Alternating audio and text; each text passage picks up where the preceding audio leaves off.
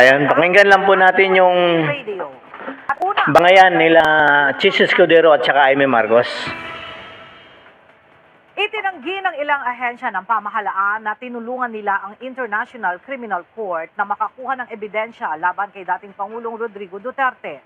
Ito ay sa kabila ng pag-ako ni Justice Secretary Crispin Remulla na siya ang nagbigay ng clearance para isilbi ang ICC warrant sa former president. Narito ang report ni Asher Cadapan Jr. Hindi tumulong ang Department of Justice sa Philippine National Police sa mga tauhan ng International Criminal Court.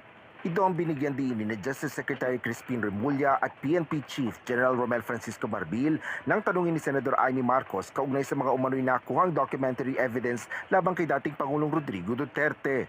Somebody clearly arranged for their accommodations and transport. Mga British, mga American, nakakakuha sila ng dokumento sa mga presinto. Hindi nga namin makuha. Mga senador kami. Kung Tama yan mga kababayan. tumutulong sa kanila, marahil may kilala po ako tumutulong sa kanila.